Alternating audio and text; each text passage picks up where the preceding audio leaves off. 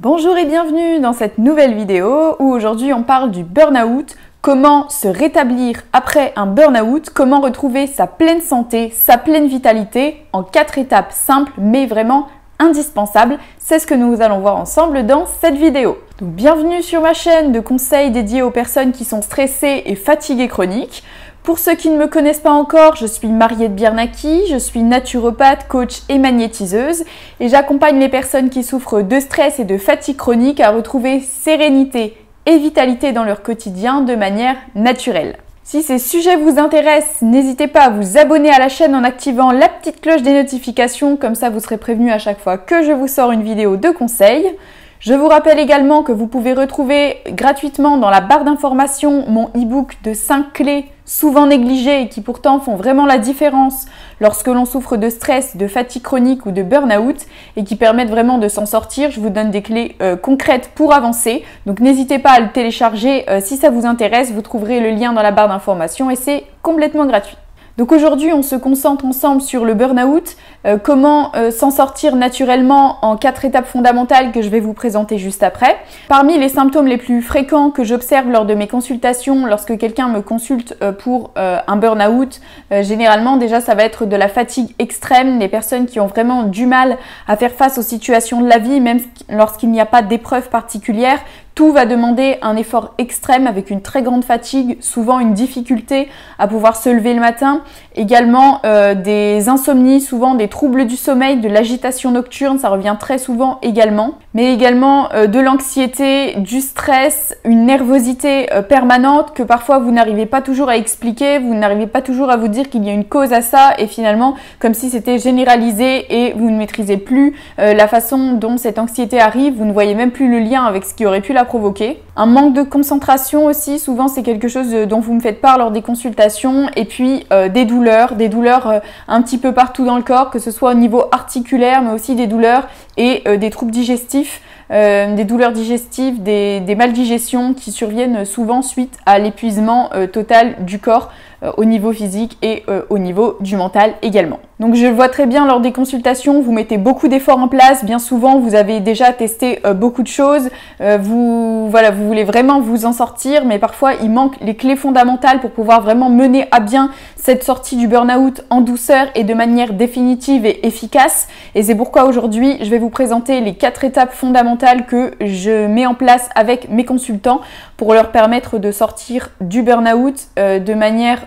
efficace et adaptée à eux, puisque chacun est différent et ne va pas non plus se remettre à la même vitesse. Donc ces 4 étapes vont dans tous les cas pouvoir être bénéfiques à chacun. Lors de mes accompagnements, ces 4 étapes se mettent généralement en place sur 3 mois, ce qui fait que la personne, au bout de 3 mois, va vraiment commencer à retrouver son énergie. Déjà au bout de quelques semaines, elle voit généralement du mieux, même si bien sûr chacun est différent et avance à son rythme en fonction de son corps et de ses possibilités aussi à un instant T. Mais en tout cas, ces 4 étapes se mettent généralement en place sur 3 mois. Donc on commence tout de suite avec la première étape qui est fondamentale et que l'on oublie souvent en fait, qui est un prérequis indispensable à toute guérison, quelle qu'elle soit, pour peu importe la pathologie ou la problématique que vous rencontrez actuellement. Ça peut paraître bête, mais c'est tout simplement d'en prendre conscience et de l'admettre, d'admettre que l'on fait un burn-out actuellement, puisque ça peut aussi nous toucher dans notre ego parfois, d'oser admettre que finalement on s'est effondré. Si on a toujours été quelqu'un de fort, toujours quelqu'un qui a été proactif, qui a voulu bien faire dans son travail, bien faire dans sa vie de famille, etc. Parce que je rappelle que le burn-out n'est pas que professionnel, même si c'est souvent dans ce cadre qu'on en parle, ça peut tout à fait être un burn-out familial ou autre. D'ailleurs, on peut très bien s'épuiser, peu importe la raison qui a provoqué cet épuisement. Et donc parfois l'ego peut avoir un petit peu de difficulté à admettre qu'effectivement là on s'est effondré, qu'on n'a plus de jus littéralement et que on a trop tiré sur la corde. Ça peut être difficile à admettre pour certaines personnes et lorsque j'ai vécu ma phase de burn-out, je vous avoue que j'ai mis moi-même plusieurs mois à me rendre compte que c'était effectivement un burn-out que j'étais en train de traverser et j'ai eu un petit peu de mal à mettre ce mot sur la situation que je traversais. Je le vois autour de moi, c'est assez fréquent et généralement d'ailleurs la phase de guérison commence lorsque la personne peut vraiment se dire ok, là je traverse un burn-out, reconnaître pleinement envers elle-même en fait ce qu'elle est en train de vivre et pouvoir rentrer dans la phase de je mets en place des choses pour m'en sortir. Donc première étape, la prise de conscience. La deuxième étape sur laquelle on ne peut pas faire l'impasse lorsque l'on vit un burn-out, ça va vraiment être d'adapter son hygiène de vie. Pourquoi? Parce qu'à ce moment-là, le corps est épuisé, le corps n'a plus d'énergie et donc la moindre chose qui viendra perturber l'équilibre sera la goutte d'eau qui fera déborder un vase qui est déjà bien plein. Donc c'est pourquoi généralement les personnes qui sont en burn-out sont un peu tenues d'avoir une alimentation, une hygiène de vie, une hygiène d'activité physique adaptée bien sûr, parce que quand on est en période de fatigue, il ne s'agit pas d'aller s'épuiser davantage en faisant des sports très cardio par exemple ou des sports de longue endurance, etc. Ce serait complètement contre-productif.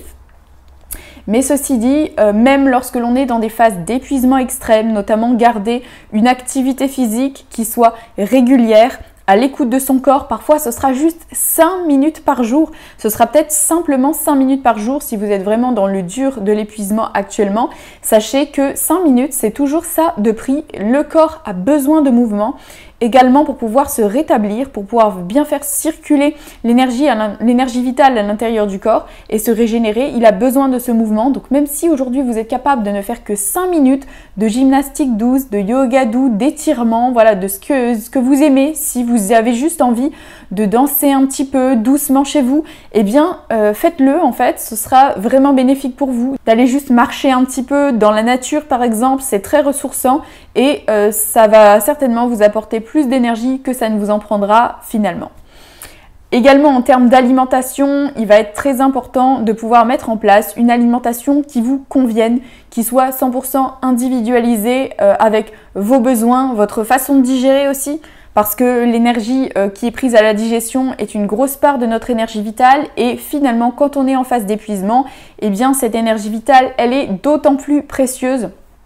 et d'autant plus limité également. Donc avoir des repas qui sont bien digestes, qui sont également bien assimilables pour que vous puissiez profiter des nutriments sans trop vous fatiguer à avoir des repas complexes à digérer, ce sera très important. Donc ça, bien évidemment, cette hygiène de vie à mettre en place, c'est quelque chose que l'on voit dès le début de l'accompagnement afin de vous permettre, et bien sûr, la suite de l'accompagnement, d'avoir déjà ce socle solide de mis en place avec votre alimentation qui vous convient, qui est adaptée à vous et qui vous permet de reprendre de l'énergie au fur et à mesure des semaines. Je vois également souvent le fait que certains d'entre vous ont déjà des bonnes bases, des bonnes habitudes qui sont mises en place, mais que vous avez parfois du mal à les tenir sur la durée, que parfois vous allez mettre en place des choses pendant quelques jours ou quelques semaines et avoir du mal en fait à les faire perdurer dans le temps, ce qui pourtant est la clé de l'efficacité.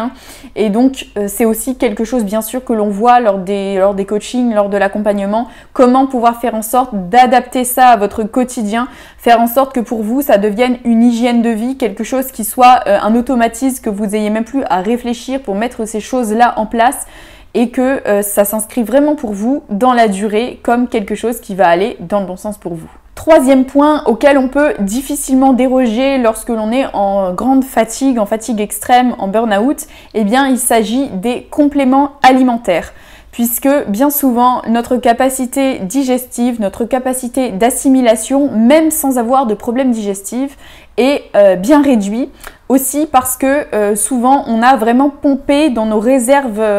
dans le corps et donc la plupart d'entre vous qui êtes aujourd'hui en burn-out, je le vois lors des consultations, lorsque je vous pose des questions, je vois que souvent vous avez des carences qui peuvent se remarquer de diverses manières, comme par exemple le fait d'avoir la peau sèche, d'avoir des pertes de cheveux, des ongles qui ont tendance à être cassants, ce genre de choses peut indiquer diverses carences et il est très important de pouvoir combler ces carences. Parce qu'il faut voir que si ça commence déjà à se voir à l'extérieur du corps, c'est que la carence est déjà bien installée. Donc c'est la raison pour laquelle il est très important de pouvoir combler ces carences avec des compléments alimentaires qui sont adapté à vous, bien sûr de manière ponctuelle, hein, c'est-à-dire que vous ne prendrez bien évidemment pas ça à vie, l'objectif étant de rétablir l'objectif de votre corps durant ces 3 mois d'accompagnement. Mais c'est une phase sur laquelle je ne vous conseille vraiment pas de faire l'impasse pour pouvoir accélérer votre processus de guérison et éviter également trop l'effet yo-yo du je vais mieux, ah finalement non, je vais mieux, ah finalement non, parce qu'il suffit parfois justement d'avoir ce petit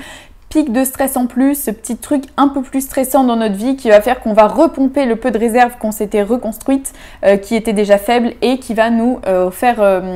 retomber dans un creux de la vague. Donc les compléments alimentaires sont vraiment importants pour pouvoir soutenir le corps à ce moment-là. Les compléments alimentaires vont également permettre de soutenir vos différents organes, votre foie, vos reins, etc., qui sont notamment deux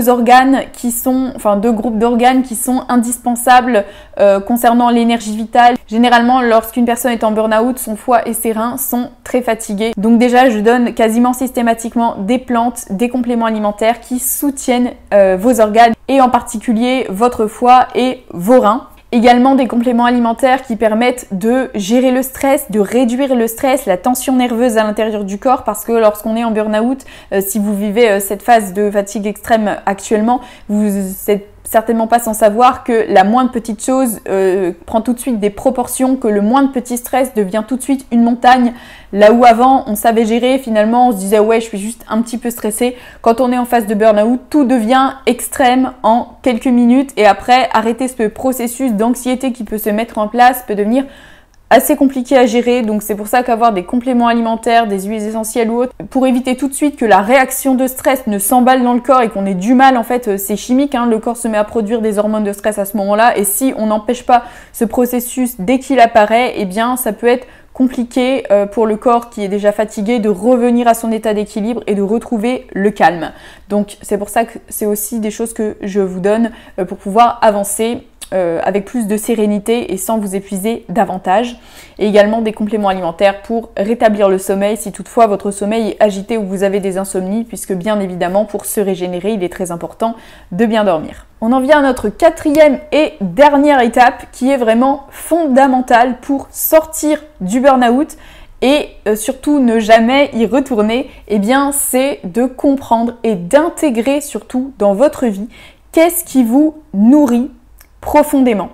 Pourquoi je vous dis ça? Eh bien parce que quand on est en phase de burn-out, c'est que l'on a à un moment dépensé beaucoup plus d'énergie que ce que finalement les activités que nous avons faites et pour lesquelles nous avons dépensé cette énergie ne nous ont apporté en retour. Il y a comme eu un déséquilibre dans la jauge du je donne et dans la jauge du je reçois. Donc je vais prendre un exemple dont vous me faites souvent part en consultation, lorsque par exemple vous vous trouvez dans un métier qui ne vous correspond pas, dans un métier dans lequel vous ne vous sentez pas pleinement investi et à votre place et où vous vous dites par exemple plutôt il faut bien un métier dans la vie, il faut bien gagner sa vie, il faut bien gagner de l'argent et donc je continue ce métier et ce serait beaucoup de changements, de choses à remettre en cause dans ma vie que de changer et donc je perdure dans cette situation pendant des années. Donc voilà, je comprends tout à fait cet état d'esprit, hein, puisque c'est quelque chose qu'on nous dit aussi beaucoup dans la société, de savoir gagner sa vie, gagner de l'argent, attention, tel domaine d'activité qui sera plus ou moins porteur, etc. Ce qui encourage parfois certains d'entre nous à rester dans des métiers qui ne nous conviennent pas profondément. Ce qui fait que même si parfois on n'est pas spécialement surchargé dans la charge de travail en elle-même, on peut très bien donner son énergie parce qu'on va travailler tous les jours à quelque chose qui ne nous nourrit pas. C'est-à-dire que l'on donne, mais finalement on ne reçoit pas profondément au fond de nous. Et ça, c'est vraiment ça qui va venir nous vider. Et ça peut être la même chose puisque je disais tout à l'heure que le burn-out n'est pas que professionnel. Si vous êtes par exemple une personne qui est, je donne un exemple, hein, qui est femme au foyer par exemple, que vous avez pris beaucoup de temps pour vous occuper de vos enfants, pour vous occuper de votre famille, que vous ne vous arrêtez jamais et que finalement vous sentez par exemple qu'il manque au fond de vous cette petite étincelle qui vous fait vous lever le matin, qui vous donne vraiment envie de faire quelque chose pour vous par exemple, eh bien cela peut à la longue également arriver à la même situation, c'est-à-dire vous vider finalement de votre énergie. Donc c'est vraiment quelque chose sur lequel on va mettre l'accent durant l'accompagnement, qui met un peu plus de temps à se mettre en place que l'hygiène de vie généralement, puisque l'hygiène de vie reste assez quelque chose d'assez concret à mettre en place. Là on est un peu plus dans le subtil et donc on va vraiment venir travailler sur les émotions, les schémas de pensée aussi. Ces schémas mentaux en fait qui vont nous pomper énormément d'énergie et auxquels on ne prête même plus forcément attention puisqu'on est habitué peut-être même depuis l'enfance à ressasser les conflits qu'on a eu avec notre famille, avec nos parents, à ressasser les différents traumatismes qu'on a pu vivre. Et attention, je dis pas qu'ils sont pas là et que ça nous a pas effectivement affectés, mais simplement ces traumatismes aujourd'hui, même s'ils sont passés, et bien parfois en les ressassant toujours et encore en nourrissant ce type de pensée, et bien ça va vraiment aussi impacter l'énergie vitale. Donc c'est vraiment tout cet aspect-là qu'on voit sur ce 4e point, de pouvoir nourrir ce qui nous donne profondément de l'énergie et ce qui, à l'inverse, essayer d'éviter tout ce qui va nous en pomper de manière non bénéfique pour nous, que ce soit en termes d'hygiène de vie, mais aussi de schéma de pensée. Donc une fois que ces 4 étapes sont mises en place sur environ 3 mois généralement, je constate que c'est ce qu'il faut généralement pour les personnes que j'accompagne à pouvoir retrouver de l'énergie, à pouvoir commencer à voir leur vie se transformer tout simplement. Il y a généralement suite à ce type de protocole de grandes transformations dans vos vies. C'est vraiment ce que j'observe lors des consultations et ça fait extrêmement plaisir à voir. Si vous voulez plus d'informations sur cet accompagnement, vous pouvez retrouver toutes les infos sur mon site mariettebiernacki.com. Je vous remets le lien ici et en barre d'informations également. Donc n'hésitez pas à aller faire un tour sur mon site si toutefois vous voulez plus d'infos et si vous souhaitez prendre rendez-vous avec moi. Donc j'espère sincèrement que cette vidéo aura pu vous aider. Si c'est le cas, vous pouvez bien sûr la liker pour me le faire savoir et pour m'encourager. Vous pouvez également vous abonner à la chaîne si vous voulez plus de vidéos de ce type. Je vous rappelle que toutes les clés sont déjà en vous pour pouvoir vous en sortir, pour pouvoir aller vers la vie que vous désirez. Il ne suffit plus que d'apporter les bons nutriments à la petite graine qui est déjà en vous pour qu'elle puisse pleinement germer et s'épanouir. Sur ce, je vous dis osez croire en vous. On se retrouve très vite.